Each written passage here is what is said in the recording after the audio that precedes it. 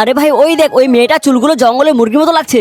আমাকে বিরক্ত করো না, আমি এক্ষুনি বাড়িতে যাচ্ছি। আরে আরে মামুনি, কি হয়েছে? দাদি, এসব তোমার জন্যই হয়েছে। আজ আমাদের ক্লাসের মধ্যে তোমাদের নতুন ক্লাসমেট রিমকি এসেছে, সবাই তার সাথে বন্ধুত্ব করো। আরে ওর চুলগুলো দেখ, ওকে মেয়ে কম ছেলেই বেশি মনে হচ্ছে। ওর মতো মেয়ের সাথে কে বন্ধুত্ব করবে? আজ থেকে এই চুল টাইম পরবো না। স্কুলে সবাই আমার সাথে এটা থেকে মজা নেয়। আরে কিন্তু মামুনি, আমার কথা শোনো, তুমি বাইরে কেন, ভিতরে আসো, কথা বলি।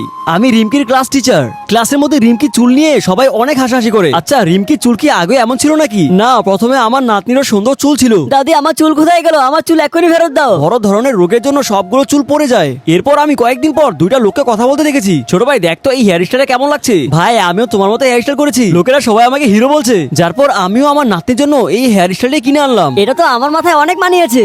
মামুনি, তুমি ভয় পেও না, তুমি অনেক স্ট্রং। আরে দেখো, রিমকি এসেছে। রিমকি, তোমার আমাদের সবার নতুন হেয়ার স্টাইল কেমন লেগেছে? রিমকি, তোমাকে এই চুলে অনেক সুন্দর লাগছে। তুমি কি আমাদের সাথে বন্ধুত্ব করবে? ধন্যবাদ বন্ধুরা, আমাকে সবাই সাপোর্ট করার জন্য। এখনই লাইক বাটনে ক্লিক করে দাও।